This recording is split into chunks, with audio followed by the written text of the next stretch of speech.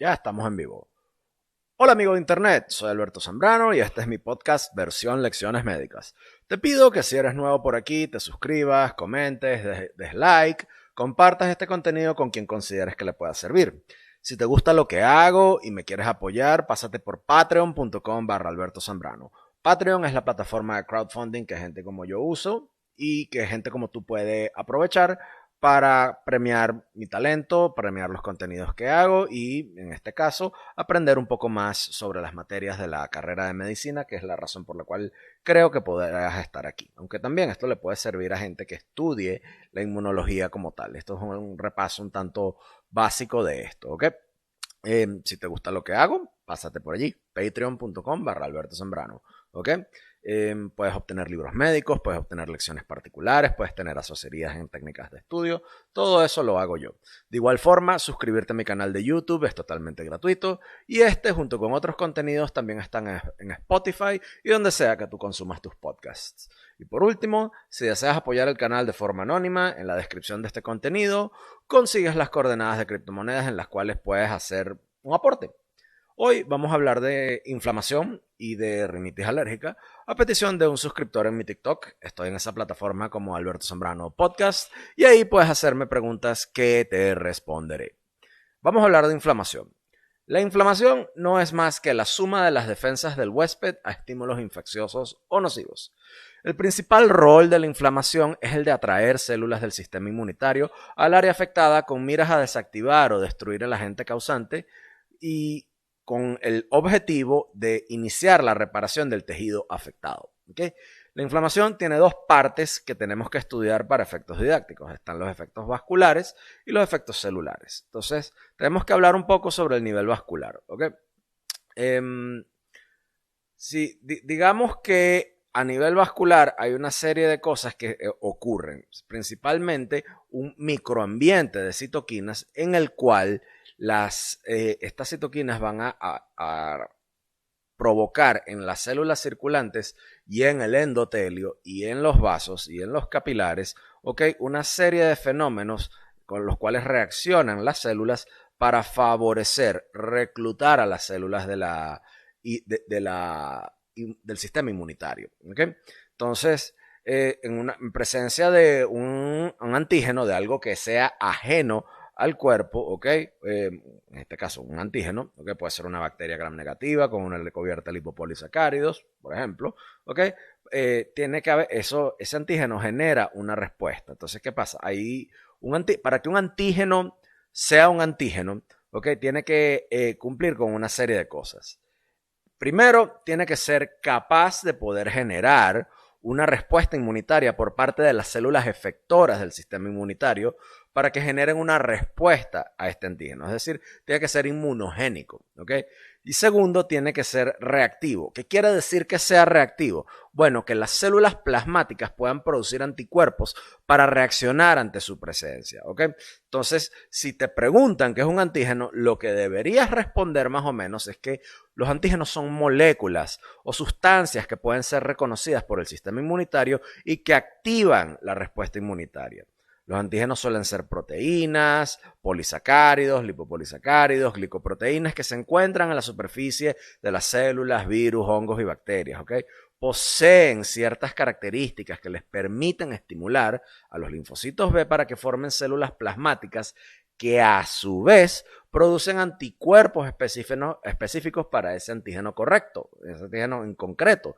También deben ser capaces de poder unirse a anticuerpos, a otros anticuerpos o a linfocitos T, ¿okay? Para que puedan producirse una respuesta inmunológica adecuada en contra de ellos. Hay una cosa que llaman los antígenos incompletos. ¿Okay? Los antígenos incompletos pueden carecer uno o dos componentes, por lo que no provocan una respuesta inmunológica eficaz como sus homólogos plenamente desarrollados. Pero a pesar de ello, los antígenos incompletos siguen planteando cierto riesgo si no se controlan y no se deben tomar a la ligera. Entonces, si te preguntan qué es un antígeno incompleto es un tipo de antígeno que no posee todas las características de un antígeno completo. ¿Okay? Los antígenos incompletos suelen ser más sensibles, más débiles, menos eficaces que sus homólogos completamente desarrollados, ya que no tienen componentes necesarios para estimular una respuesta inmunológica. Los antígenos incompletos se pueden encontrar en células, virus, hongos y bacterias por igual, y aunque en general se consideran menos peligrosos que sus homólogos plenamente desarrollados, de igual manera pueden plantear un cierto riesgo si no se controlan. Un antígeno incompleto no es o inmunogénico o no es reactivo, ¿ok? O sea, carece una de las dos características que te describí anteriormente. Recuerda que para que un antígeno sea un antígeno completo, tiene que ser inmunogénico y tiene que ser reactivo. Es decir, inmunogénico es que las células efectoras del sistema inmunitario generan una respuesta a ese antígeno y debe ser reactivo, es decir, que las células plasmáticas produzcan anticuerpos para reaccionar ante su presencia. ¿Ok? Ahora, revisemos un poco los mecanismos de la inflamación. La eliminación de un antígeno foráneo por procesos celulares o humorales está integralmente vinculada a la respuesta inflamatoria, en la cual tanto las citoquinas como los anticuerpos disparan el reclutamiento de células adicionales y la liberación de mediadores inflamatorios. Estos son una serie de sustancias enzimáticas vasoactivas, es decir, que tienen un efecto sobre la permeabilidad, sobre la constricción de los vasos, y son proinflamatorias, es decir, que son capaces de generar y potenciar el mecanismo que voy a describir a continuación. ¿Okay? Es importante que te acuerdes que la inflamación tiene efectos tanto positivos como deleterios. El control adecuado por parte del organismo de los mecanismos inflamatorios promueve la eliminación eficaz de sustancias foráneas, mata microorganismos, acaba con las células infectadas, incluso puede acabar con los tumores. Ahora, la activación descontrolada de los linfocitos y la producción fuera de control de anticuerpos puede llevar a daño tisular y a disfunción orgánica. La disfunción inmunológica patológica es responsable de reacciones de hipersensibilidad, de autoinmunidad y de inmunodeficiencia. Los desbalances en este sistema pueden resultar en una variedad de complicaciones que van desde defectos genéticos, infecciones, neoplasias y exposición a sustancias ambientales que desencadenan una respuesta exagerada por parte del sistema inmunitario. ¿Okay? Vamos a revisar, a vuelo rasante de pájaro, las hipersensibilidades descritas por Yell y Coombs. ¿Okay? Hay 4. La hipersensibilidad tipo 1 es la llamada alergia clínica. ¿Okay? Es una hipersensibilidad mediada por inmunoglobulina E. Es una respuesta que surge de la inflamación nociva como contestación, como respuesta, valga la redundancia, a la presencia de antígenos que normalmente son inocuos, normalmente son inofensivos, como el polen, la caspa de los animales o incluso algunos alimentos. ¿Okay? La hipersensibilidad inmediata o anafiláctica son reacciones que ocurren después de la unión del antígeno a los anticuerpos de inmunoglobulina E. ¿Okay? Esa unión que está entre la superficie del mastocito o del basófilo y resulta en la liberación de sustancias inflamatorias preformadas y recién generadas que son mediadores que producen esas manifestaciones clínicas. ¿Okay? Ejemplos de reacciones mediadas tipo 1 son las famosas reacciones anafilácticas, el shock anafiláctico, la rinitis alérgica, que la vamos a estudiar ahora más adelante, el asma, la alergia a los alimentos y las reacciones a los medicamentos. ¿Okay? Luego está la hipersensibilidad tipo 2. ¿Okay? Las reacciones citotóxicas son la hipersensibilidad tipo 2, según Yell y Coombs. ¿Okay? Implican la unión de inmunoglobulina G o inmunoglobulina M. Son anticuerpos contra antígenos unidos covalentemente a la membrana celular. Y esto es importante que lo recuerdes. ¿Okay? Las estructuras, la unión antígeno-anticuerpo activa la cascada del complemento y da como resultado, ¿okay?, la destrucción de la célula a la que se está uniendo ese antígeno. Los ejemplos de lesiones tisulares por este mecanismo son la anemia hemolítica autoinmune y la enfermedad hemolítica RH en el recién nacido. Un ejemplo del proceso patológico mediado por la hipersensibilidad tipo 2 sin muerte celular es el hipertiroidismo autoinmune, un trastorno en el que los anticuerpos antitiroideos se unen y estimulan el tejido tiroideo, ¿ok? Resultando en un hipertiroidismo. Luego tenemos la hipersensibilidad tipo 3, que es la unión de antígeno a anticuerpos con formas de fijación del complemento. Forman complejos inmunes que están unidos al complemento, que facilitan la opsonización por parte de los fagocitos y de la citotoxicidad dependiente de anticuerpos, ¿ok? Estos complejos generalmente se eliminan de la circulación en el sistema del retículo endotelial, ¿ok? Sin embargo, la deposición de estos complejos en tejidos o en el endotelio vascular puede producir lesiones tisulares mediadas por inmunidad, ¿okay? Que es la famosa citotoxicidad mediada por anticuerpos, a través de la activación de la cascada del complemento, la generación de la anafilotoxina, la acumulación y el reclutamiento de leucocitos polimorfonucleares que generan, ¿okay? Ese microambiente de citoquinas, ¿okay? Esa citotoxicidad mediada por anticuerpos genera una quimiotaxis, ¿ok? Y esa quimiotaxis recluta los polimorfonucleares, ¿ok? Liberan mediadores de inflamación y generan lesión tisular, ¿ok? Hay otros ejemplos, está la reacción cutánea, la reacción cutánea de Artus, la enfermedad del suero sistémica, algunos aspectos de la autoinmunidad clínica y ciertos aspectos de la endocarditis infecciosa son ejemplos clásicos clínicos de las enfermedades mediadas por la unión de antígeno-anticuerpos y sus depósitos, ¿ok? En estos primeros casos, en los primeros casos informados de la enfermedad del suero, en su momento, la inmunización pasiva con suero de caballo desencadenó la formación de inmunocomplejos de suero de caballo que provocaba fiebre, provocaba rash, provocaba insuficiencia renal, provocaba artritis inflamatoria, ¿okay? Después eso se fue desarrollando, pero es un detalle así que dejo para que lo vayan tomando en cuenta. Luego, por último tenemos la hipersensibilidad tipo 4. La inmunidad mediada por células es responsable de las defensas del huésped contra organismos patógenos intracelulares. Aunque la anormal regulación de este sistema puede resultar en un tipo retardado de hipersensibilidad, las reacciones tipo 4 están mediadas no por anticuerpos, sino por linfocitos T. Linfocitos T que son específicos de antígeno. Y los mejores ejemplos, los clásicos que generalmente te van a preguntar, es cómo funciona la prueba cutánea de la tuberculina y cómo funciona y cómo es el mecanismo fisiopatológico de la dermatitis de contacto. ¿Okay? Ahora, vamos a hablar un poco sobre la inmunoglobulina E. ¿Cuál es el papel de la inmunoglobulina E en la actividad alérgica? ¿Okay? Los anticuerpos inmunoglobulina E desempeñan un papel esencial en la reactividad alérgica.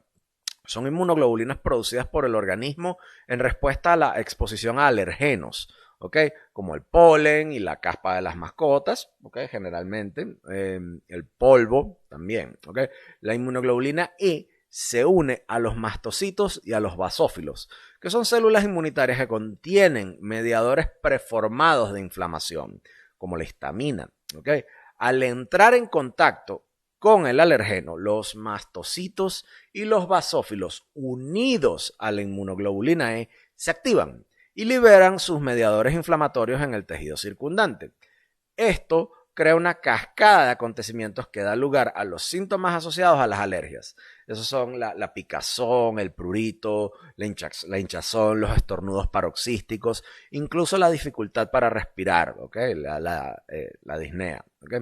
Por lo tanto, es importante que los profesionales médicos conozcamos este proceso a la hora de diagnosticar a posibles pacientes alérgicos, porque pacientes alérgicos vas a tener por coñazo, vas a tener bastantes, ¿ok?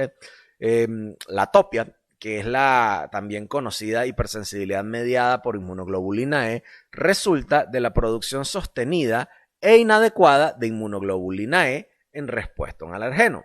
¿Okay? Las citoquinas producidas por los linfocitos Th2, los T helper 2, son la interleuquina 1 y la interleuquina 13 y son fundamentales para que ocurra la transcripción genética de las cadenas pesadas de inmunoglobulina E. Si no te acuerdas qué son las cadenas pesadas, búscalo en tu libro de inmunología porque es importante que tengas idea de cuál es la estructura de las inmunoglobulinas para poder entender esto. ¿Okay? Ahora, ¿qué pasa? La interleucina 13, la IL-13, tiene una homología estructural en un 30% con la IL-4. Se parece bastante, ¿ok? Y comparte muchas de las cualidades activadoras de la interleuquina 4 en las células mononucleares y en los linfocitos B, particularmente a nivel de genes receptores que son comunes a la interleuquina 4, a la interleuquina 5, a la IL-9 y a la IL-13, ¿ok? Ahora, eso es por una parte, ¿no? Vean cuál es el rol ahí. Por otra parte, la respuesta TH1 genera interferón gamma. El interferón gamma inhibe la síntesis de inmunoglobulina E dependiente de interleuquina 4. ¿Okay?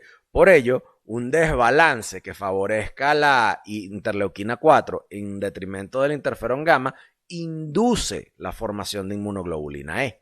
Entonces, en los procesos alérgicos inflamatorios, los linfocitos TH2, las células linfoides innatas y las células T foliculares representan una fuente de interleuquina 4 y mandan señales secundarias requeridas para estimular, ¿okay? la producción de inmunoglobulina E por los linfocitos B.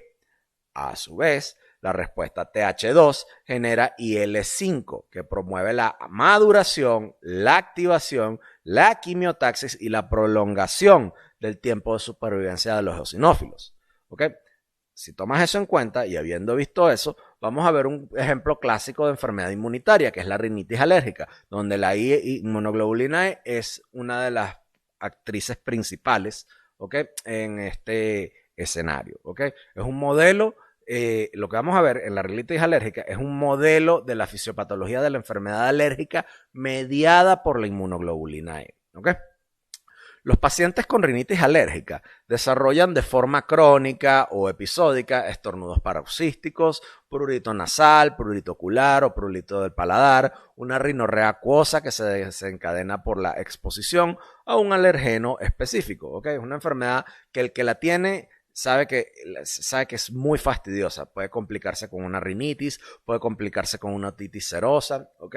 Es una enfermedad realmente fastidiosa para el que la padece, ¿ok? Entonces, ¿por qué surge el prurito? Bueno, los mastocitos, en el caso de la rinitis alérgica, ¿okay? Los mastocitos están ubicados o tienden a ubicarse cerca de las terminaciones nerviosas. El prurito y los estornudos ocurren por la estimulación mediada por la histamina de los mastocitos a la fibra C. ¿Ok? ¿Y por qué surge la rinorrea y la hipersecreción de moco? Por la excitación de las fibras parasimpático-colinérgicas. ¿Ok? Ahora, habiéndoles explicado esto en corto, les tengo que explicar qué ocurre a nivel celular y a nivel vascular. ¿Ok? La fisiopatología de la rinitis alérgica tiene dos fases. Una de respuesta temprana, que ocurre minutos de la exposición al antígeno, en el cual comienzan los estornudos, comienza la secreción de moco, comienza la congestión, a los efectos de los mediadores vasoactivos y del músculo liso que constriñen los vasos. Esto se debe a que la histamina del mastocito, ¿okay? se libera la N-alfa-petosil de L-arginina metilesterasa, la famosa TAME. Se liberan leucotrienos, se libera prostaglandina 2, así como se liberan quininas y quininógenos de los mastocitos y los basófilos. En este último punto, las quininas y los quininógenos, es importante describir cómo se forman las quininas y los quininógenos porque te lo pueden preguntar. ¿Okay? En ese momento me lo preguntaron cuando estudiaba inmunología. ¿Okay? Tenemos que entender que en los vasos hay proteínas plasmáticas producidas por el hígado, entre ellas el factor de la coagulación 12, que creo que es el de Hagemann, corríjame si me equivoco, pero creo que el de 12 es el nombre propio del factor de Hagemann, que al reaccionar con una serie de enzimas específicas convierten al factor 12 en precalicreína y esta se convierte en calicreína que por efectos de la vasodilatación y aumento de la permeabilidad capilar llega al tejido y en presencia de los quininógenos que reaccionan con la calicreína transforma los quininógenos en bradicininas, en bradiquininas, ¿ok? Eso es la fase temprana, ¿ok? En la fase tardía de la rinitis alérgica puede seguir a la fase temprana puede ir a la par, ¿ok? Tras 1, 2, 4 horas, teniendo una máxima actividad de 6 a 12 horas ¿Qué vamos a encontrar? Vamos a encontrar en eritema, vamos a encontrar calor, induración, el paciente refiere una sensación de quemazón y se caracteriza por un influjo masivo de eosinófilos y de células mononucleares. Los mediadores de la inflamación en la fase tardía son básicamente los mismos, con la única excepción, y esto es importante que lo recuerdes a la hora de explicarlo, que la única excepción en la fase tardía de la rinitis alérgica es que no hay liberación de prostaglandina 2, porque la prostaglandina 2 es un producto liberado por los mastocitos. La ausencia de PGD2 en la presencia de la liberación de los eosinófilos, la ausencia de PGD2 en la presencia de la liberación de histamina nos da la idea de que los basófilos son los basófilos y no son los mastocitos los que median la fase tardía. Los neutrófilos y los eosinófilos suelen acumularse en el tejido nasal junto con células T que están activadas, que sintetizan citoquinas TH2. Si recuerdan lo de las citoquinas TH2 que les dije temprano, estas a su vez promueven en las células inflamatorias más generación de factores liberadores de histamina que van perpetuando la respuesta, conllevando ¿a qué? A una hiperreactividad, a una hipersecreción, a una hiperproducción de inmunoglobulina E, a un reclutamiento de eosinófilos, eosinofilia y con una consecuente destrucción del tejido. Entonces dense cuenta que es como un círculo vicioso en el cual el mecanismo compensatorio, como termina empeorando la situación. Mi profesora de fisiopatología, la doctora María Esther de Quesada, en la Escuela José María Vargas, siempre me decía lo mismo. Tú puedes que no te sepas el tratamiento, a nivel farmacológico de las enfermedades, pero si entiendes la fisiopatología de las enfermedades, puedes determinar su tratamiento, Entonces, aquí es donde vamos a poder ver todo el uso de los antihistamínicos, de los antileucotrienos y de este tipo de medicamentos para tratar la rinitis alérgica. Ahora bien, ¿cuál es el papel de los eosinófilos? La proteína, todo lo que es la proteína básica mayor, la proteína catiónica del eosinófilo, estos son productos de células activadas que son destructivas a la pared de los epitelios y predisponen a la reactividad persistente de la vía aérea. Recuerden que esto también ocurre en el asma bronquial, por si se los preguntan. Aunque si te pones a ver el mecanismo a nivel inmunocelular, humoral y celular de la rinitis alérgica con el asma bronquial es muy, muy similar.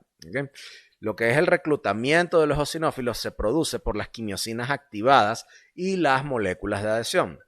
Hay dos familias de quimiosinas que atraen y reclutan eosinófilos. Están las RANTES, las MCP1, MCP3 y la eotaxina, que son las C-C, que reclutan eosinófilos. Y están las adhesinas. Las adhesinas son adhesinas de superficie de las inmunoglobulinas, Las adhesinas y las integrinas, junto con su receptor, median eventos que fomentan el paso de los leucocitos al epitelio, a la microvasculatura y migran por medio de gradientes quimiotácticos que alcanzan los compartimientos del tejido. Entonces, esto los llama y ellas van hasta allá.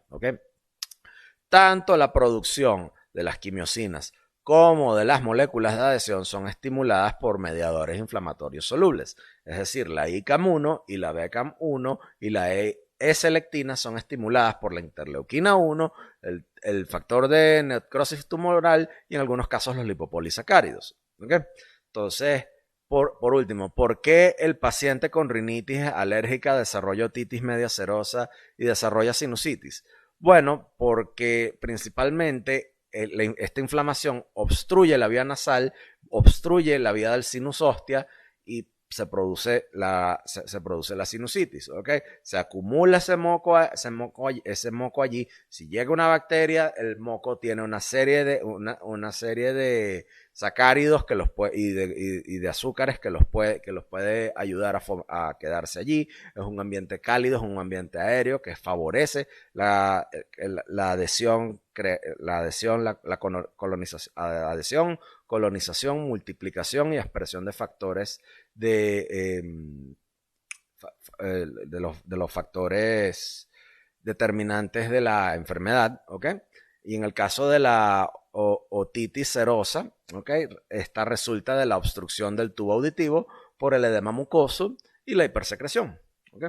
Con esto ya concluyo este pequeño repaso sobre lo que es la inflamación. Espero les haya sido útil. Me pueden seguir en TikTok, Alberto Zambrano Podcast. Estoy en YouTube, también estoy en Instagram, ¿okay? Como albertozambrano.podcast. Esto lo pueden conseguir también en donde sea que consuman sus podcasts, en Spotify, Apple Podcasts, Google Podcasts. Si están allí, por favor, suscríbanse. Antes de empezar con el video de hoy, quisiera hablarte sobre uno de mis socios y herramientas comerciales que me ayudan a crear todos mis contenidos en Internet. Así que vamos a hablar sobre Jasper AI. ¿Qué es Jasper y qué hace? Jasper es una empresa de inteligencia artificial de vanguardia que rápidamente se hace un nombre en el mundo de los grandes datos. Jasper puede recopilar y procesar grandes cantidades de datos muy rápidamente y luego usar esos datos para generar conocimientos que pueden ayudar a las empresas a tomar las mejores decisiones. Además, Jasper puede brindar atención al cliente en tiempo real, que es un servicio valioso para cualquier empresa. En general, Jasper es una empresa de inteligencia artificial versátil que puede ayudar y brindar mucho valor a las empresas de todos los tamaños. ¿Cómo uso yo Jasper para ayudarme con mi presencia en línea? Siempre busco nuevas e interesantes formas de mejorar mi presencia en línea. Y Jasper es una genial herramienta que he estado empleando últimamente. Jasper no es más que un asistente de inteligencia artificial que puede ayudar con una variedad de tareas, incluida la administración de redes sociales, la creación de contenido e incluso el diseño de sitios web. He estado usando Jasper para ayudarme con mis publicaciones en las redes sociales y ha sido un gran ahorro de tiempo. Simplemente le digo a Jasper qué tipo de contenido quiero publicar y él se encarga del resto.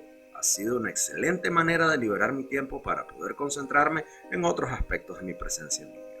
Los beneficios son muchos. No hay duda de que Jasper es una de las mejores firmas y herramientas para el marketing online. Brinda a las empresas e individuos un conjunto completo de funciones que pueden ayudarlos a llegar a sus audiencias objetivo de manera más efectiva.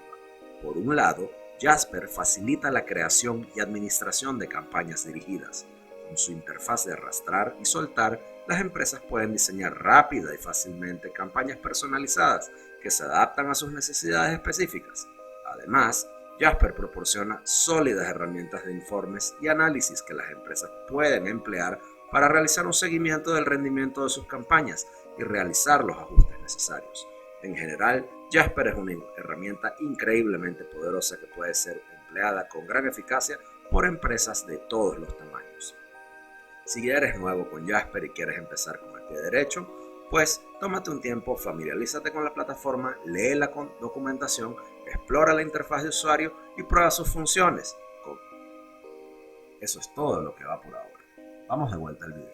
Si deseas usar Jasper AI, haz clic en mi enlace de afiliado en la descripción de este video y obtén un descuento en tu primer mes, así como 10.000 palabras gratuitas encima del plan que escojas. Si te afilias con mi enlace, yo también obtengo el mismo beneficio, así que es ganar-ganar. ¿Qué esperas para aprovechar el potencial de la inteligencia artificial para impulsar tu estrategia de marketing?